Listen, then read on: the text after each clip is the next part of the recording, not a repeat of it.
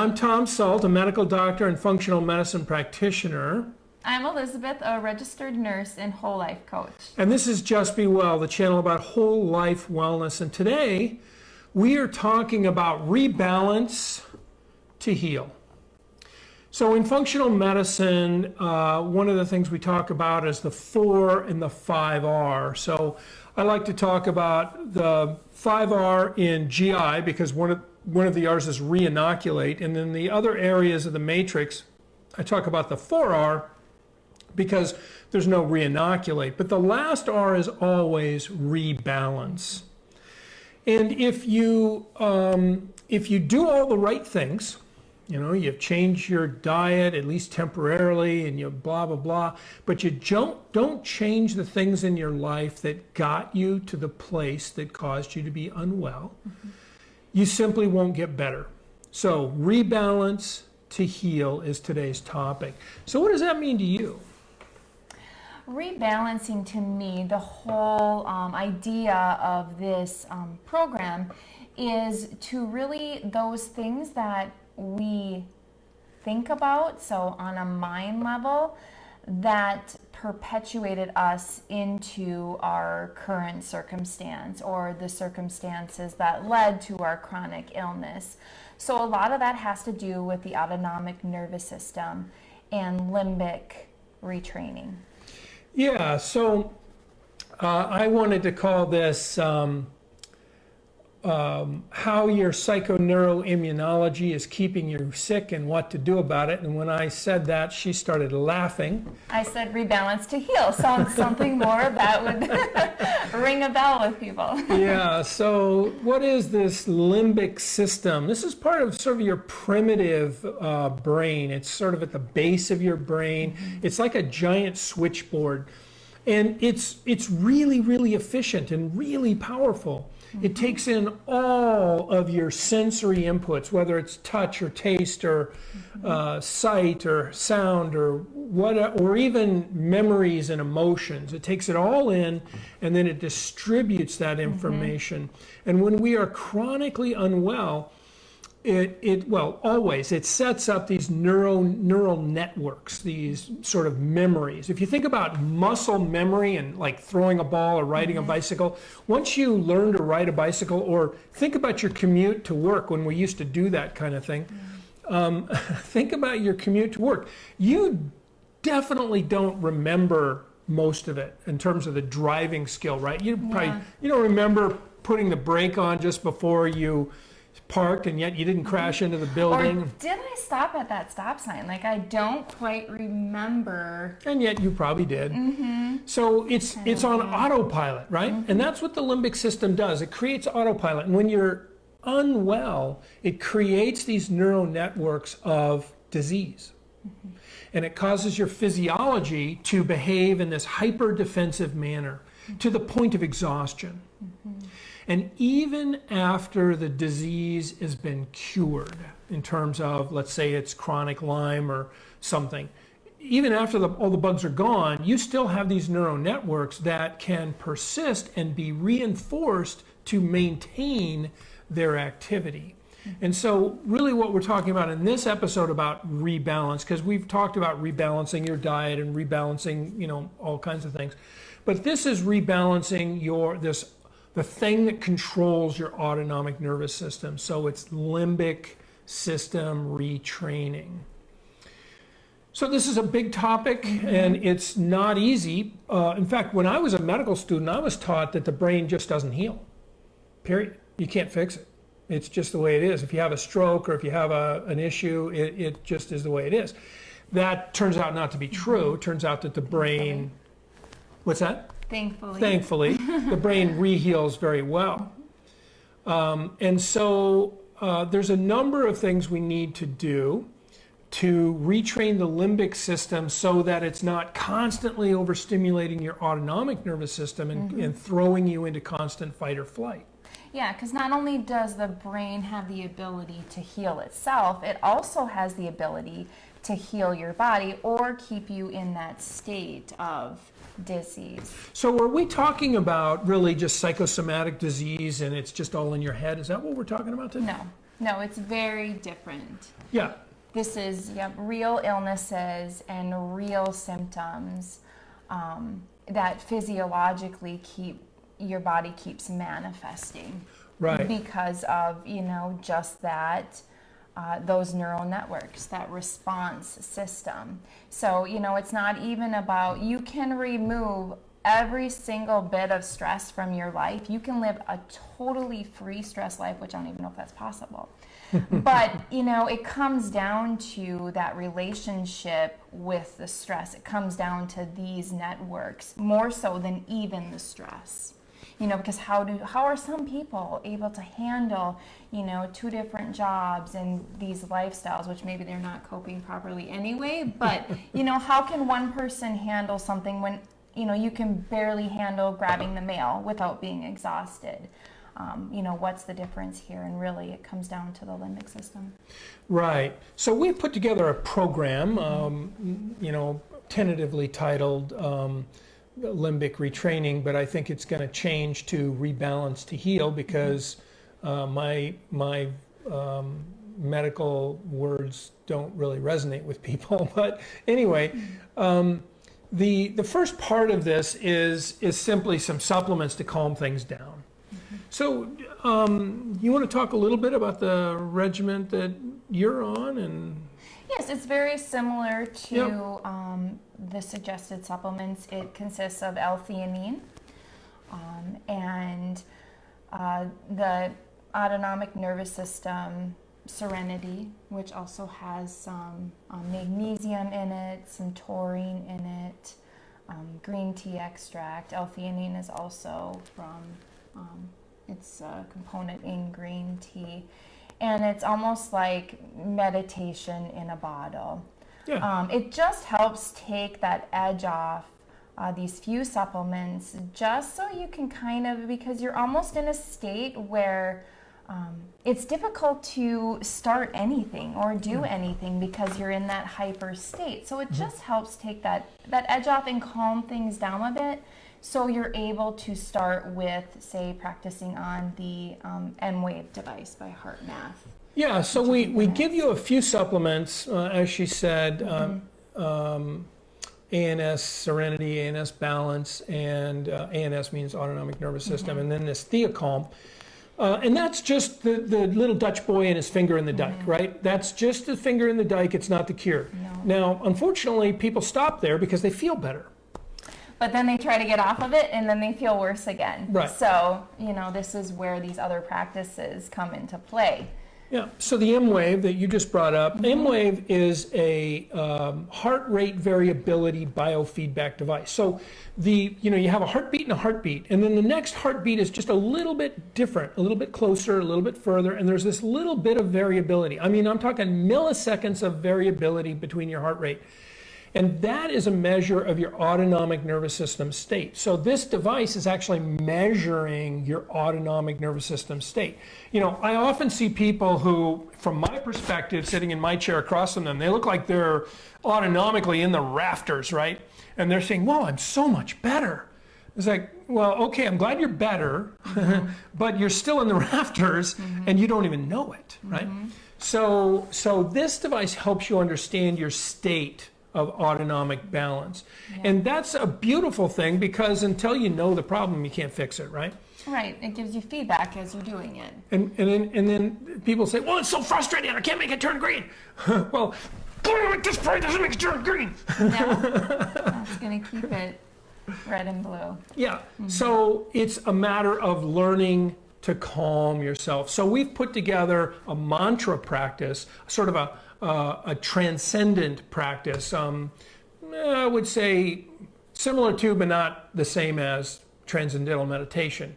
Transcendental meditation is a non-sectarian, non-religious form of meditation that helps you find that inner peace, right? And when you find that inner peace, the device turns green. So it's a shortcut cheat. And the mantra just keeps your brain engaged so that it's not wandering into the things that tend to flip you into fight or flight. So that's the first piece of it. Now, studies on more than 11,000 people show that it will improve memory and reduce anxiety and reduce depression, by like 50% or more. Improve concentration. Improve concentration, all kinds of positive things that are really at the core of retraining your limbic system. And so that's just the second step. And it's profound and it's big, because once you start to find this place of inner tranquility from meditation, and people say, well, when I try to meditate, my mind is just going crazy. Well, yeah, because it's frankly undisciplined. And it's always going crazy. You're just finally noticing it. Right, exactly. When you're trying to meditate, you're becoming aware of it, which is a win. Exactly, is a win. If you notice that your mind is going crazy, that's the first goal, is to be aware that your mind is going crazy. And the truth is, right now, for most of us, our thoughts have control of our mind, which is sort of like, putting the cart before the horse. We need our mind to be in control of our thoughts. And this is the first step in achieving that. So if your mind is racing, good. That's an insight and a beautiful discovery. And the next step is to just continue to practice and to be aware. So, your mind is chaotic and you recognize it and you go, oh yeah, I'm supposed to be doing my mantra. And in this case, we've just chosen a mantra, beatific.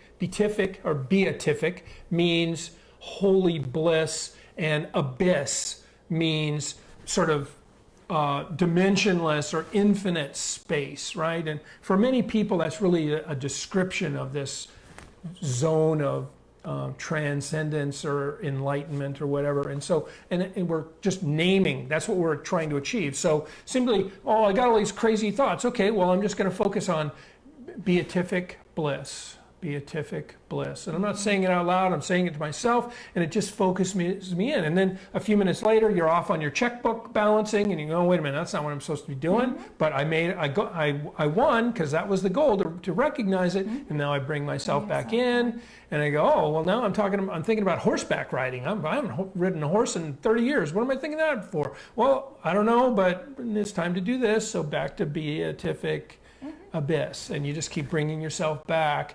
And it's not about, you moron, you didn't do it right. It's about, oh yeah, hey, look at that, my mind is wandering, bring it back. You almost sit as the observer of your thoughts, so your thoughts become separate from who you are.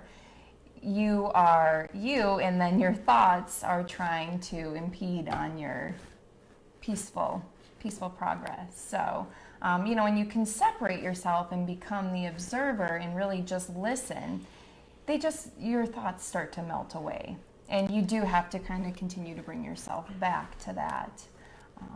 But I think it's very powerful to sit in the position of observing rather than have it be a part of you. Yeah, and that's beautiful, observing. You become the observer of your thoughts, because your thoughts are not you. Your thoughts are really a product of your ego, and we're trying to get beneath the ego and detach, which we'll talk a lot more in a minute. The next step really is what we've talked about a million times, which is the 5 modifiable lifestyle factors. You have to get there. And the sooner that you embrace that, and the sooner that you choose to love that, the faster you will get well. People say, well, I'm too sick to cook decent food. Well, no, you're not actually. You have to do this, and it doesn't have to be complicated. Mm-hmm. What would be an example of a really simple, healthy meal? Even what I made for supper last night. Mm-hmm. It was last minute. I took some fresh vegetables out of the fridge. You could also use frozen, if you're...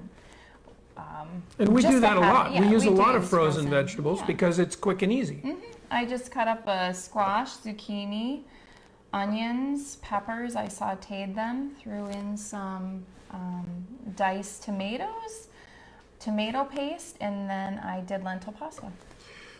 Was there any part of that you could not have done sitting? No, obviously you have to get up and go from like the sink to the stove, but the chopping you can do sitting, and or you can buy them frozen and chopped, and then that way you just empty it into the pan as it's heating. So it's a with the few oil. steps here and there. Yeah. It could be done. Yeah. Yep. Or, a meal that we have in the freezer all the time is frozen vegetables. We buy organic frozen vegetables, but, don't let perfection be the enemy of good enough. If you can't afford organic frozen vegetables, get regular frozen vegetables. As has been said many times, The clean 15 and the dirty dozen. the clean 15 and the dirty dozen. So look that up on ewg.org, Environmental Working Group. But cooking clean, that's important. And then stress management. Well, that's what we're talking about today. And then some kind of movement. Now you're chronically unwell and you don't feel good and you don't feel like moving. Well, you got to do something, and it's got to, even if you're just rotating your arms and kicking your feet from a chair, or if you're doing a little bit of very light yoga, you need to move. Stretching in your chair. Stretching in your chair. So, we have a whole section on, and we've talked many times, or many videos on our YouTube channel about the 5 modifiable lifestyle factors. So, and I love to just do some range of motion exercises as I sit, Yep. My ankles, my wrists, my shoulders. Yep. It's movement. So.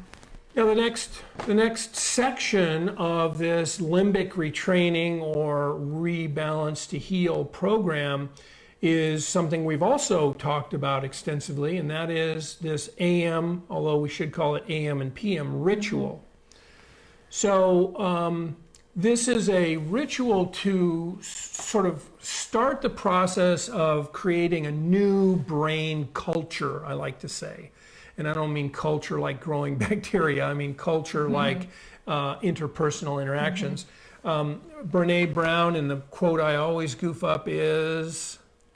The conversations one? Yeah. We have many conversations throughout the day, and a few of them involve other people. Yeah, so culture and mind culture is really about those majority of conversations we have with ourselves that don't involve other people, but it helps then to have better conversations with other people. So, yeah, I think if we feel better about ourselves, we also have more compassion and feel better about others. Absolutely. So let's go through that morning ritual. Okay. So the first part of the ritual is Joy. How will I can't think. I just did it this morning, but put me on the spot, and my autonomic nervous system kicks right in. Yeah, that's okay. So we're gonna do something with joy, right? Well, so, what is my essence? That's the first. Yeah. Okay. Essence. I'm Yeah. sorry, I skipped one. I'm like, okay, what's the order? Yeah. What's the essence? What is my essence? And what does that even mean? What is my essence? Well, we have you look up the word and find some synonyms, and one of those synonyms is going to speak to you. But essence is that essential quality that makes it itself, that makes it so. So what is that essential quality of you? Who are you, right? And then, so this is your essence, and you're just struggling with this idea. And, if you just have a few fleeting moments, just think about it for a second. What is my essence? And just write down what comes to you right away. Yeah. So it's a bit of journaling. So what is my essence? And you write it down. And then, after essence, what is my gift? What is my offering? So we say offering. And why do we use these weird words like essence and offering rather than what is my nature and what is my gift? Well, because we want you to think about what those words mean, right? Because they're bigger. And we have these sort of culturally accepted ideas of what gift means. And it's consumerism. And that's not what we're talking about, right? So what is my offering? And think about, like, what am I going to put into, what is my widow's mite from a Christian perspective? What is my widow's mite that I'm going to put into the plate today? What am I going to offer to the world today, right? So what is my essence? What is my offering? And then some sort of free association, some just allow what is subconscious. After you've contemplated your essence and your offering, now we're just going to let things well up from the subconscious. And we're going to put them on paper. And hopefully we've set a tone for what's going to well up because of your essence and your offering. And then after you've done that, we're going to journal on really joy. And, we use the word apprehend. Like it's a criminal. But we use that word, again, provocatively. What does apprehend mean? It means comprehend. It means grab onto, seize. It means a lot of different things. So find the synonym for that speaks to you. How shall I apprehend joy? And that suggests that joy is all around us all the time. And if we choose, there's a two-way street. If we choose to frown, we will be down. If we choose to smile, we will be up. So choosing to smile, choosing to project joy, choosing to see joy, how will I apprehend joy today? And then write on that for a few minutes. Anywhere from just a few seconds to, if you have all day, if you spend an hour on each one of these as an exercise, it would be a whole day retreat, right? Right, or maybe you only have like a few minutes. Right. You can look at all of these questions and then just do a little bit of free journaling on what comes to mind. Yep. Kind of, as a whole. And then the pentultimate, which means second to last, the pentultimate question is, how will I manifest love? So if you prime your day with how will I apprehend joy, first you prime it with the idea of what is your essence and what is your offering, and then how will you apprehend joy, and how will I manifest? What does manifest mean? One of my favorite bands is Men at Work, and there's a whole thing about I've got a docket for you. Well, a manifest can be a docket, meaning it's your bill of lading, but that's not really what we're talking about. Manifest is how will I bring forth into the world? Create. How will I create? Yeah. So we're priming our day with these ideas. So how will I manifest love? And sometimes love is tough love. I mean, love isn't always kumbaya, right? Not always butterflies and unicorns. Rainbows and butterflies and unicorns. Sometimes it's tough, but how will I manifest love? And that doesn't give you permission to just be a grump all the time, but it's just real, right? And then lastly, write about 3 things that you hold in deep gratitude. And I wake up grumpy sometimes. She never notices, of course. And I'm doing this exercise, and I'm thinking, gratitude. F this. I don't have any gratitude. I'm Mr. Scrooge. And then suddenly I realize, well, my roof doesn't leak. And it's warm in here, and I'm seeing, or it's cool in here at this time of year, but it's warm in here in the middle of the winter. And then I realize, I don't live in a place like Kosovo, where it used to be that if you walked outside, a sniper would shoot at you. I don't live in some war-torn place. All of a sudden, wow, those are pretty profoundly wonderful things that I'm suddenly grateful for. And it pulls me out of that grumpy, junky place and helps me manifest that joy and that love, and be grateful for the opportunity that is life in front of me. So this is hugely important. And this is a start to a day. And these are things that we build, right? It's not boom, do this. It's the first week, you start taking this, maybe the first 2 weeks, you're taking these supplements just to kind of get a little under control, get yourself out of the rafters.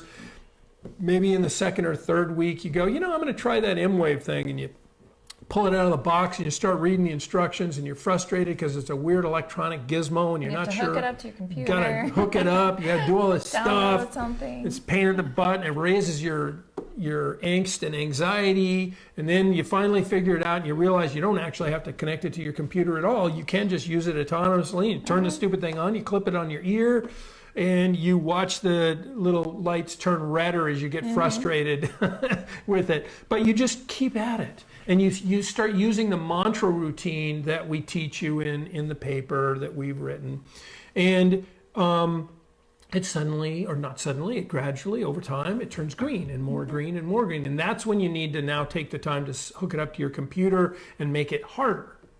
So it's set on a very easy level, and people go, well, I'm really good at this. It's all green. Okay, well, make it harder. And that's when you need to connect it to your computer to reset it. So you do that, and then you get better and better at that. And then pretty soon, you're feeling pretty good about knowing how to get into this calm, beatific abyss place, right? Or beatific abyss place.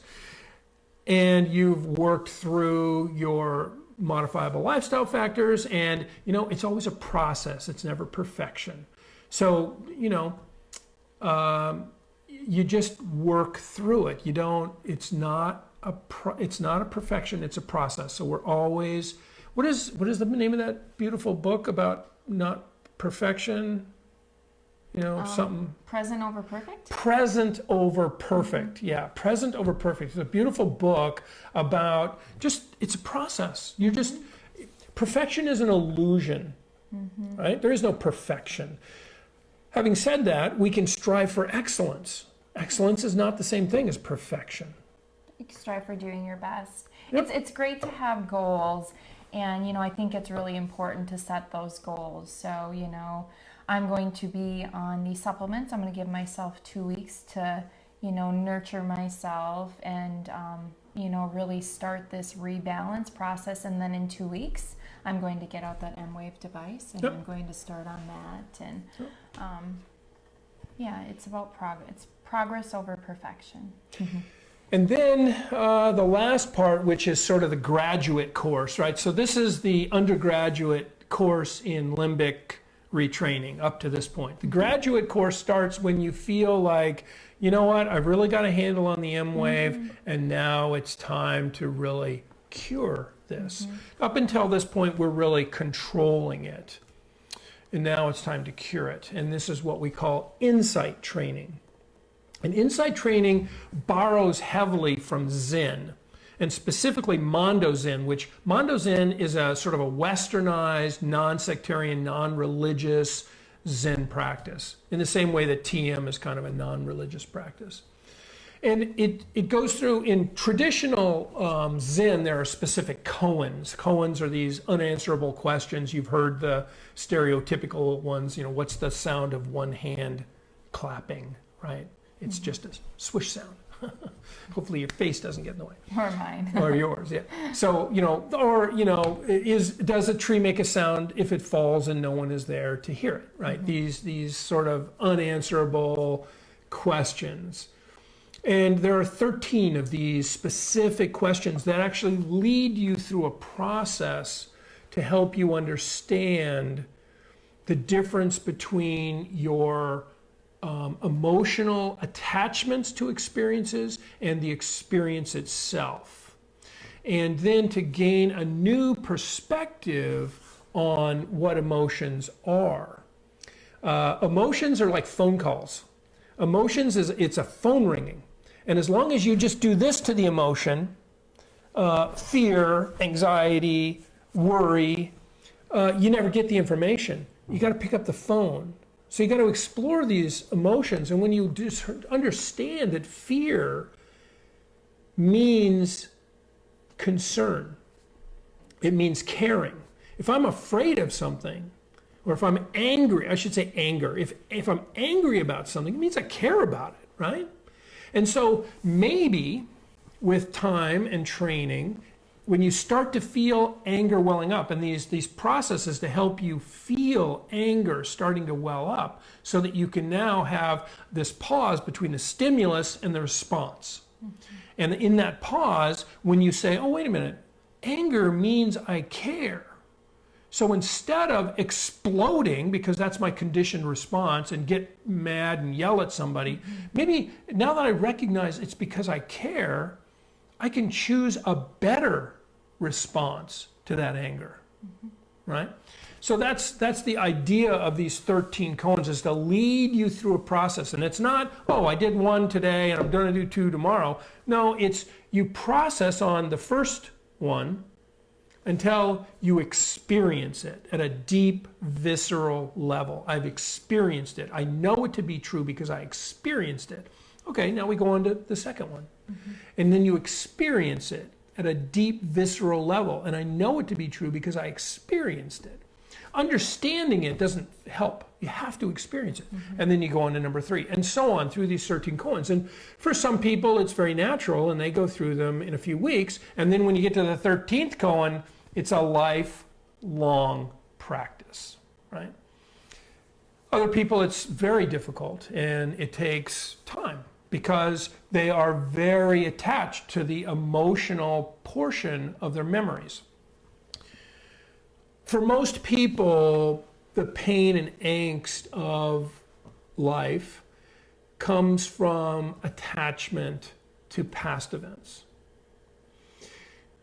I call it the wisdom prayer. Other people call it the serenity prayer, but it's God grant me the serenity to accept the things I cannot change, the courage or strength or whatever to change the things I can, and the wisdom to know the difference. So the crux in this prayer is really wisdom, not serenity.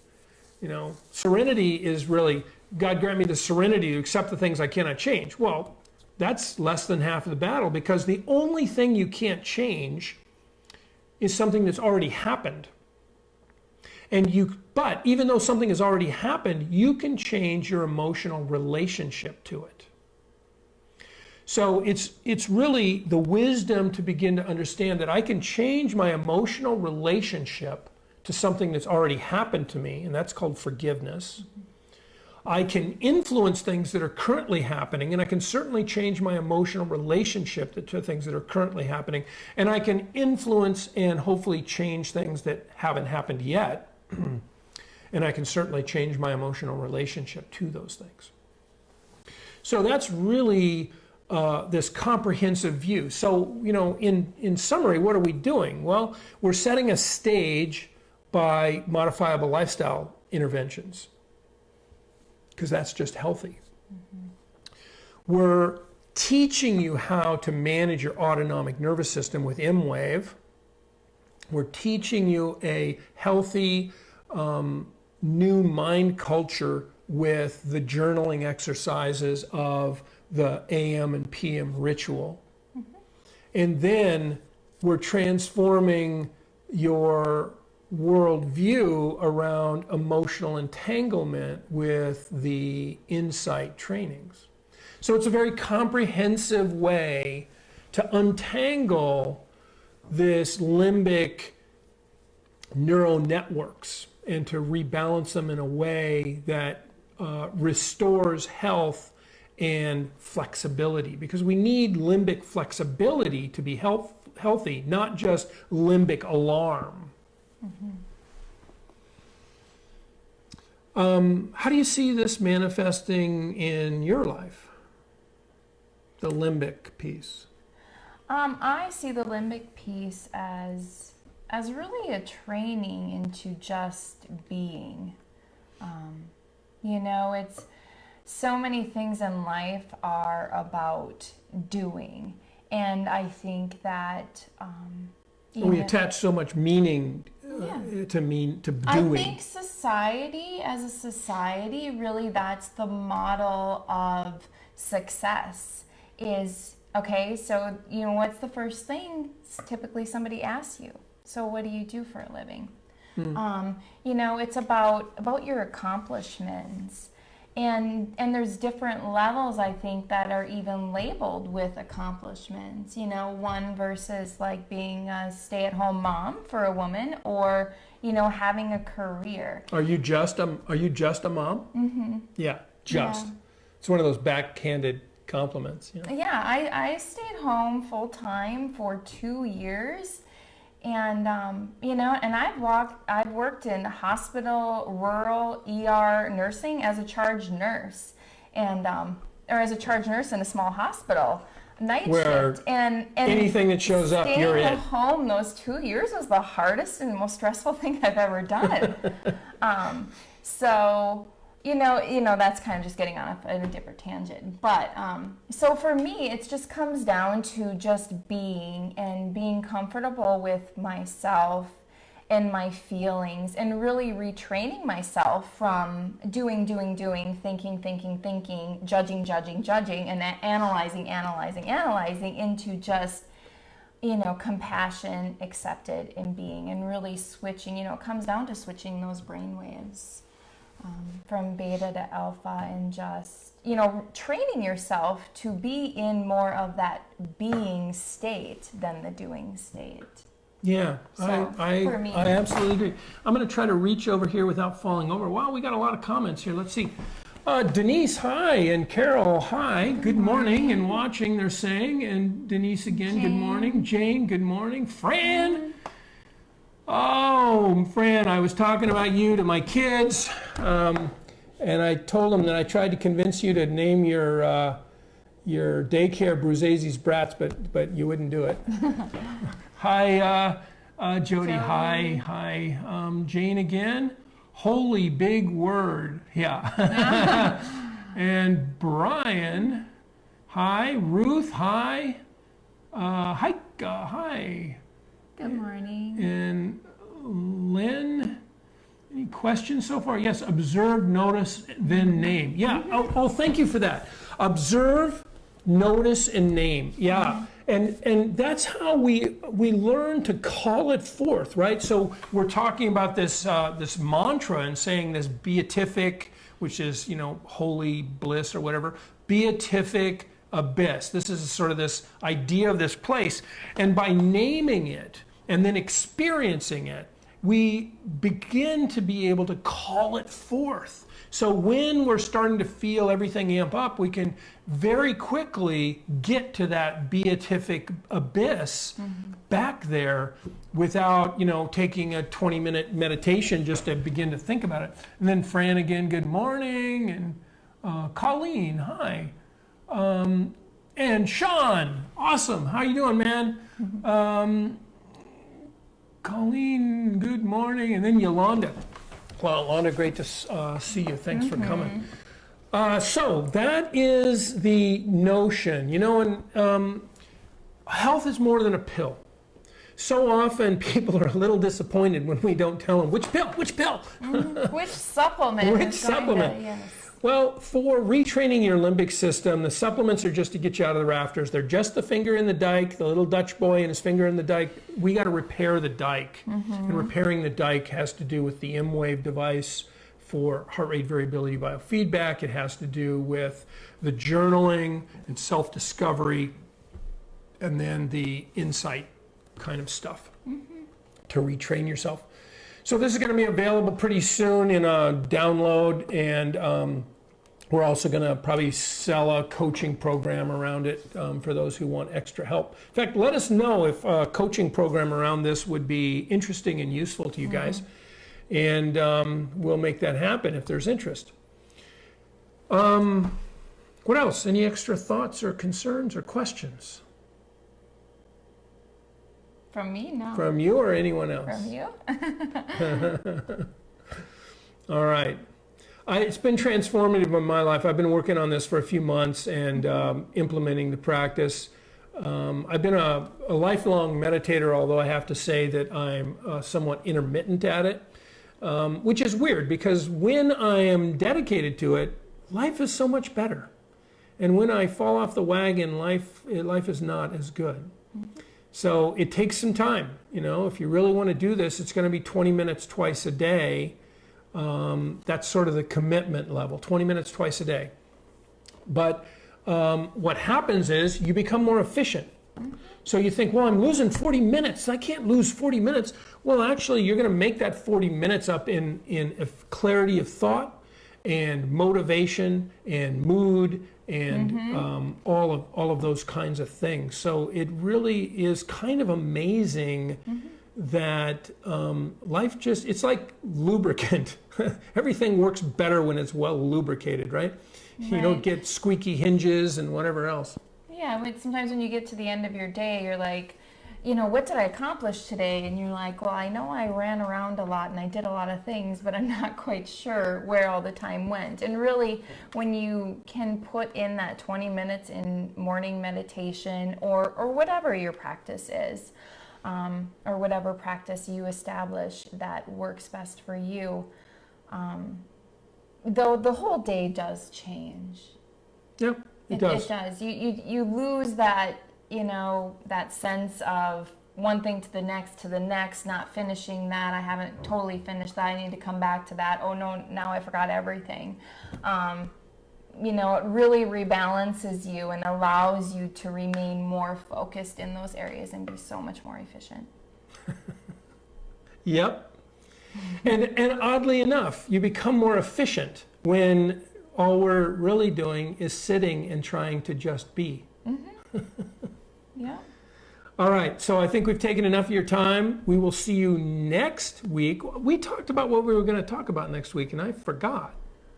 And you're no help. I didn't think we talked about it. We did.